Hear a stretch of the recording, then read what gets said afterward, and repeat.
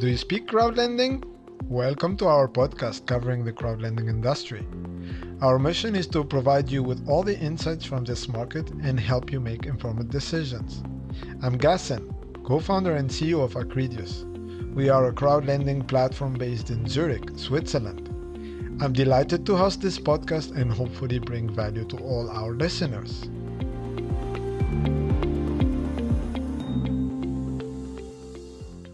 Hi everyone, welcome to the episode 16 of Do You Speak Crowdlending?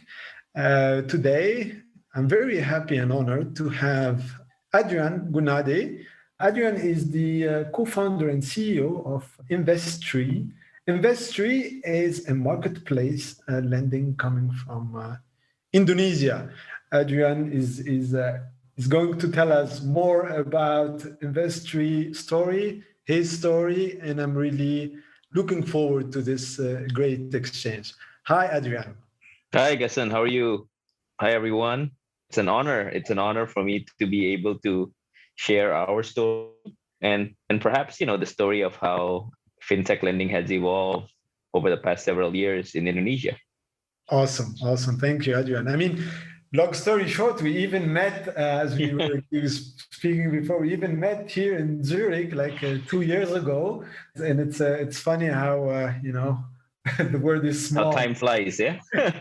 How time flies. Exactly. No, I think, at the time we had the pleasure and the privilege of visiting Switzerland, Zurich, obviously to have a look and feel on how the industry was evolving on your side and see, some of the common best practices and trends that we see and can be applied to Indonesia.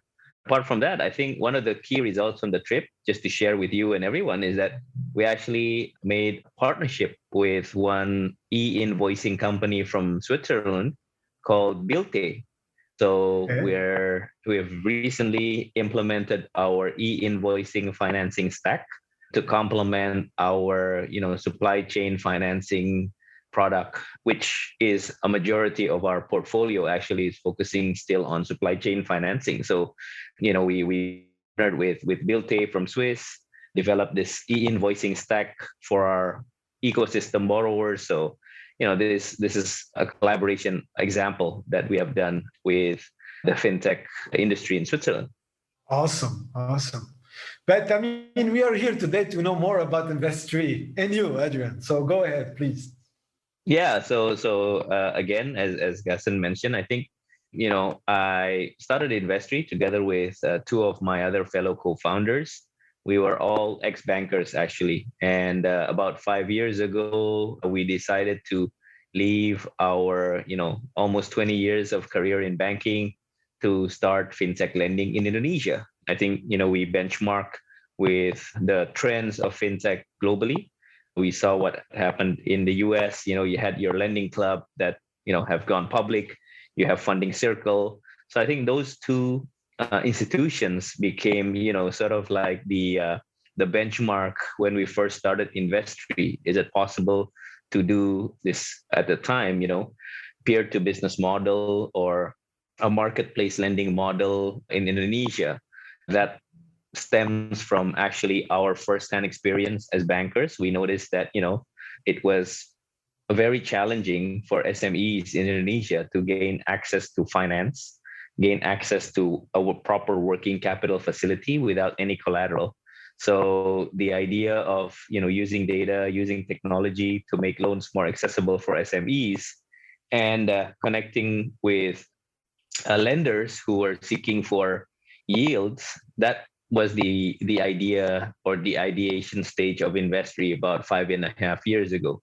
So then, we jumped ship, left our banking career and started to run Investree full time. And I guess we haven't looked back since, right? And so we've been privileged the fact that I think the timing was right when we entered into the fintech lending industry in Indonesia. At that time, there were no regulations. So one of the advantage of being the first mover was, together with the regulators, formulating the regulatory framework for the industry. So obviously, our business model reflects more or less what the regulation states out, right? So that obviously has helped us when we first started the initial phase of growth. So in the beginning, we focused on how we facilitate the SMEs, focus on a specific product, which was invoice financing. So that was our first product that we launched back in 2016 as the MVP model. And at the time, we focused more on retail lenders. So obviously, as a startup, you start off with your friends and families, and then a network of friends and families. And that's how we started in the beginning, right? We were facilitating loans for SMEs who had invoices from the likes of Nestle, Unilever. And so that's how we started. And 2017, when the regulation came out, we were one of the first that was registered as a fintech lending platform, which in Indonesia, they still generalize it as P2P, right? So it is what it is. So we use that as the basis of our business and started to grow the business. We closed our first funding back in 2017, Series A, which was led by Kejora Venture, a local venture capital operating in Jakarta, Indonesia. And so we started to grow the business. 2018, we said, well, the traction is good.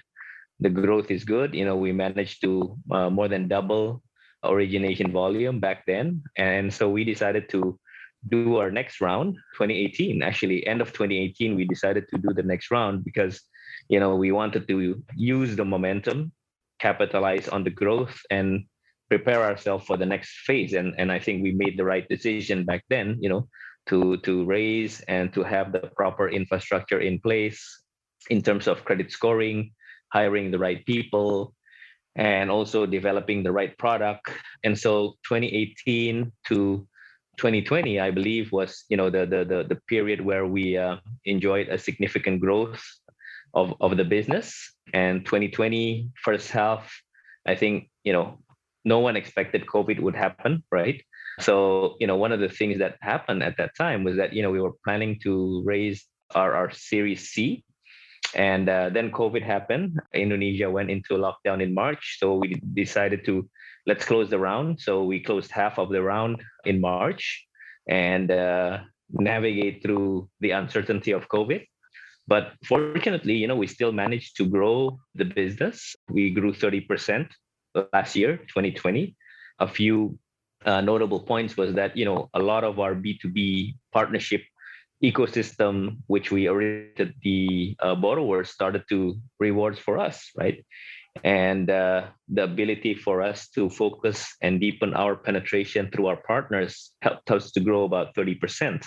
So we closed the year with origination of roughly $250 million for last year. So cumulatively, since we started Investree, we've done close to about $550 million of loans that we originated.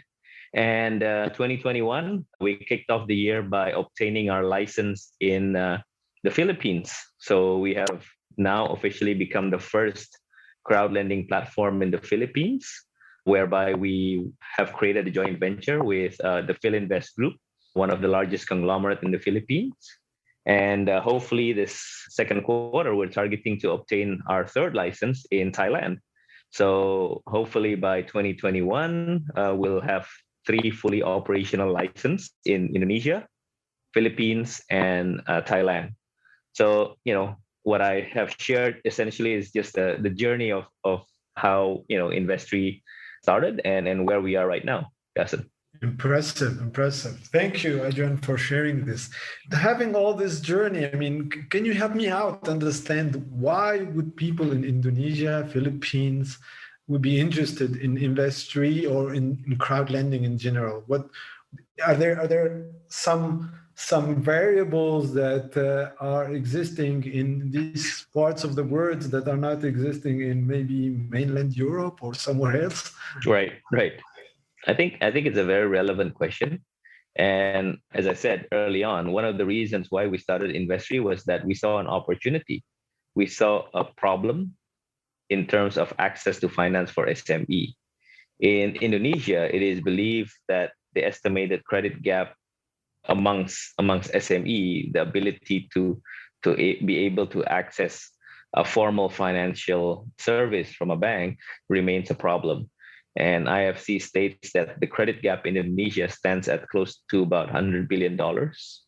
In the Philippines, this credit gap is also existent in the range of about 150 to 180 billion dollars, whereas in Thailand it's roughly in the range of 50 billion dollars, right? So there is a common problem within the emerging market with regards to access to finance for small medium enterprises. That stems from one, banks are still applying the traditional requirements for SMEs to borrow using collateral, using traditional data, financial statements, bank statements, and so far and so on. And you have your requirements where companies have to be at least 3 years in profit as the bare minimum to apply for a loan, and not to mention the process. So, I think this credit gap is something that we see is evident. And I think that is why this industry has grown significantly in Indonesia. Roughly, cumulatively, it's close to about $10 billion in Indonesia just of last year, the total cumulative loan. Last year itself, the industry disbursed around $5 billion that was disbursed in Indonesia.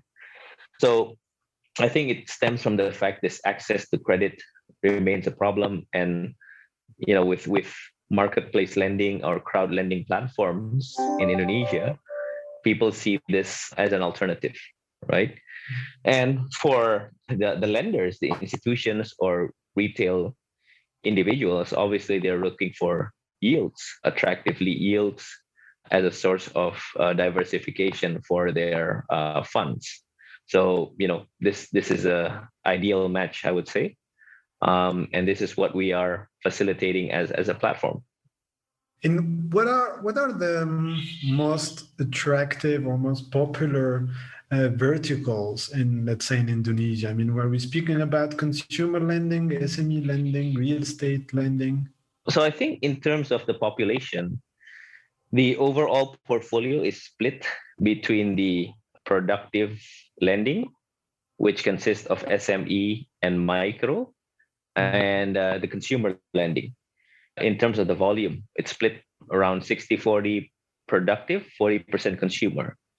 In terms of number of players, it is highly skewed to actually the consumer lending platforms, roughly about 70-30, right? And so within the SME space itself, SME in Indonesia is very fragmented.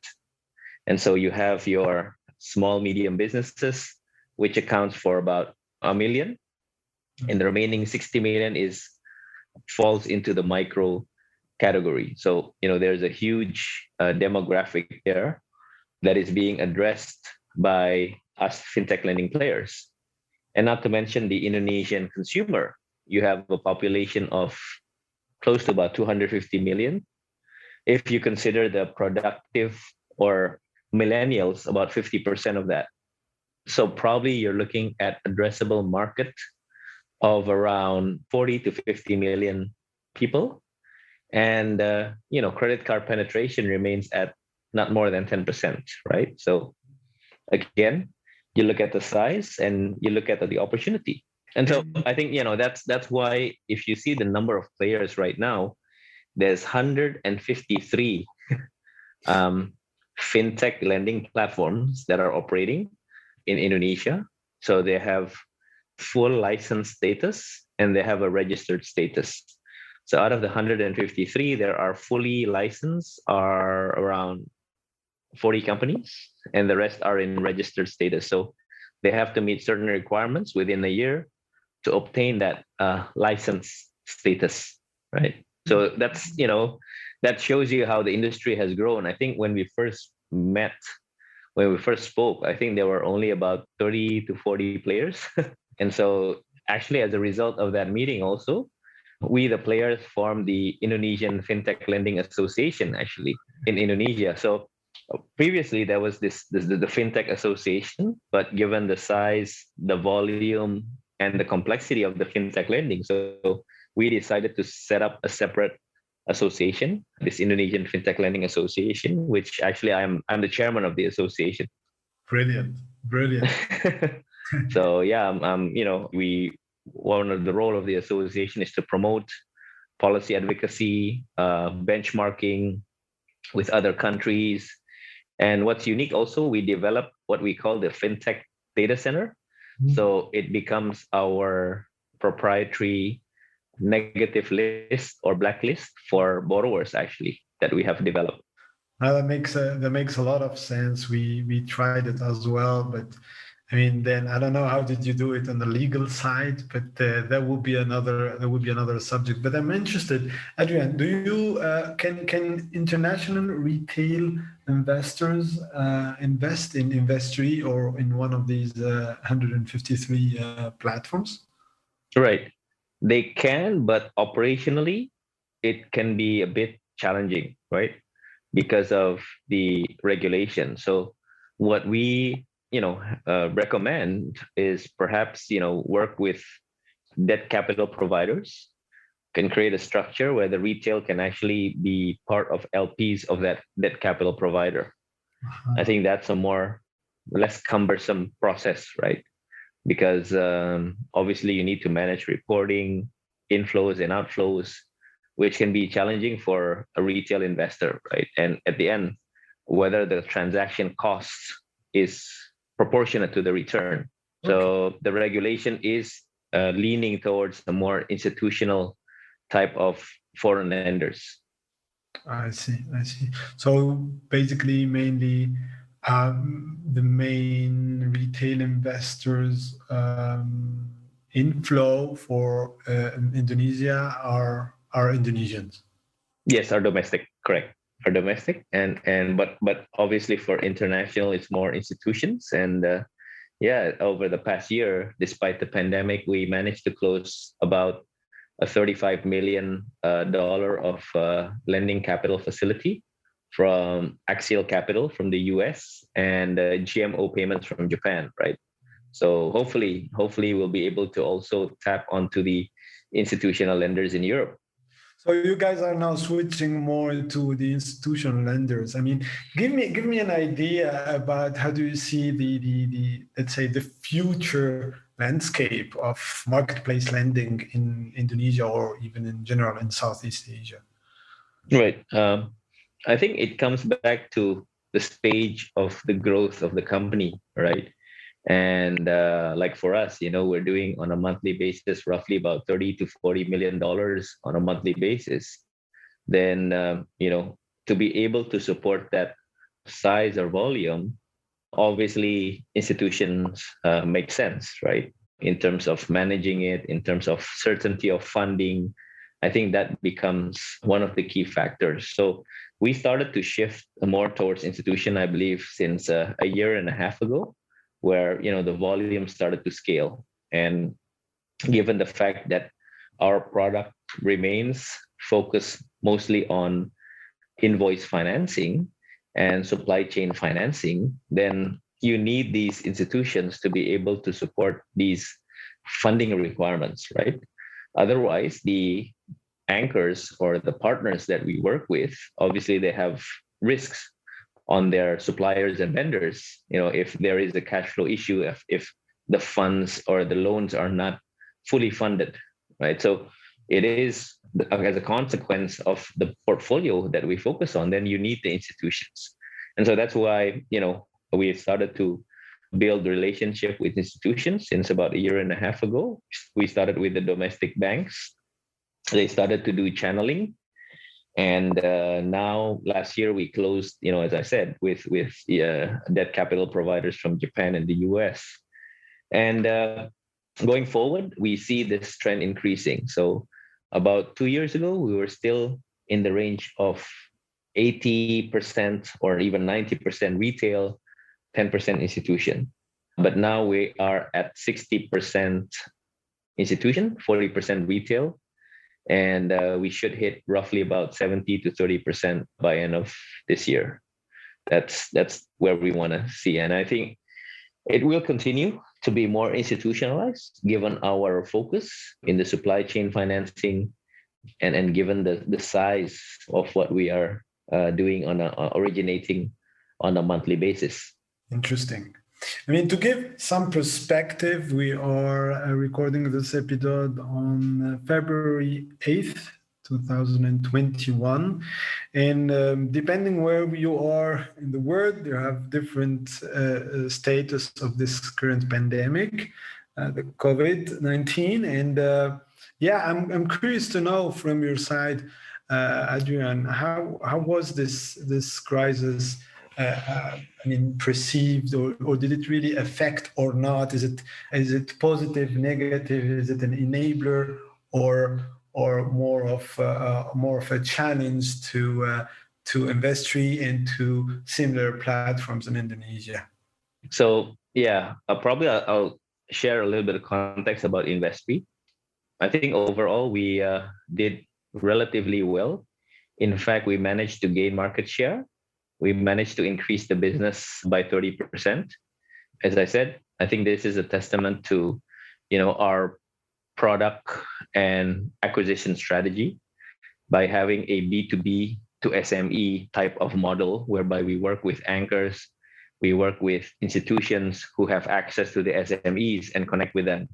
Now, these type of anchors can be government institutions. So we are financing the vendors and suppliers of these government institutions. They can be e-commerce. So we work with several e-commerce whereby we are providing working capital to their merchants.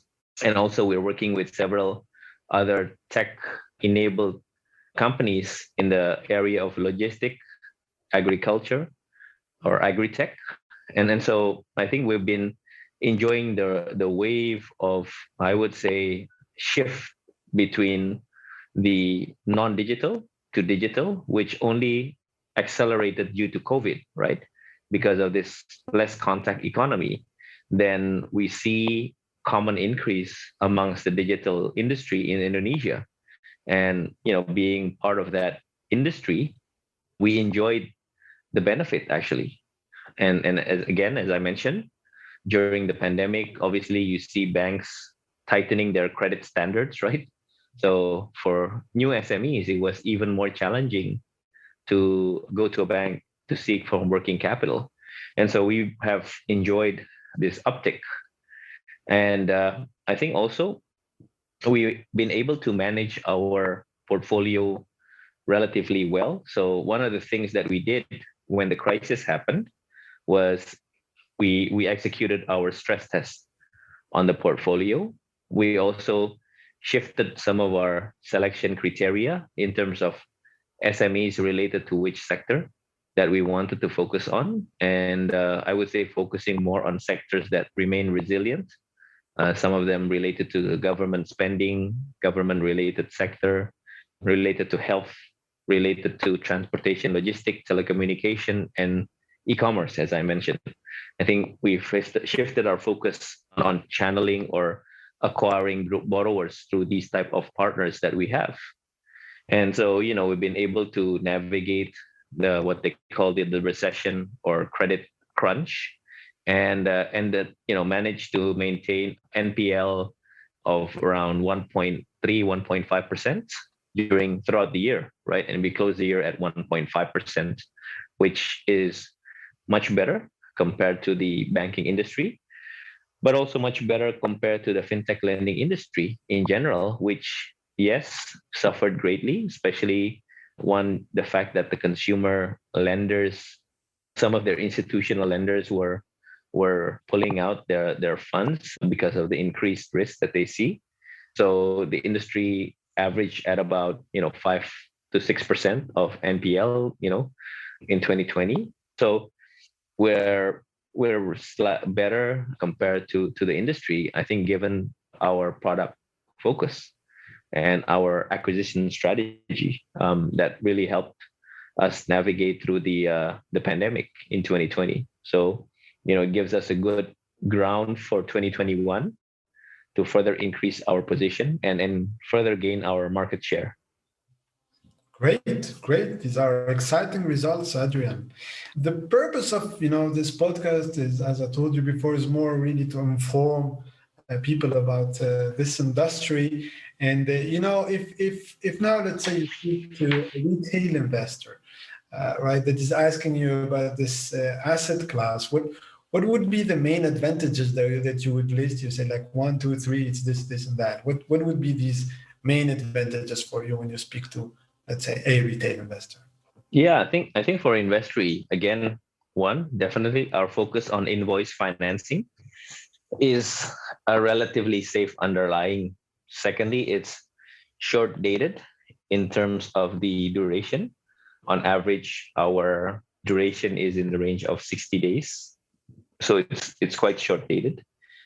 And obviously credit insurance. I think that is one aspect, or one of our strengths is that we partner with credit insurance providers that covers almost 90% of the principal, right? So again, one, you have a relatively safe product which yields quite attractive rates compared to deposits. Obviously, you have this short dated, and number three, you have the credit insurance.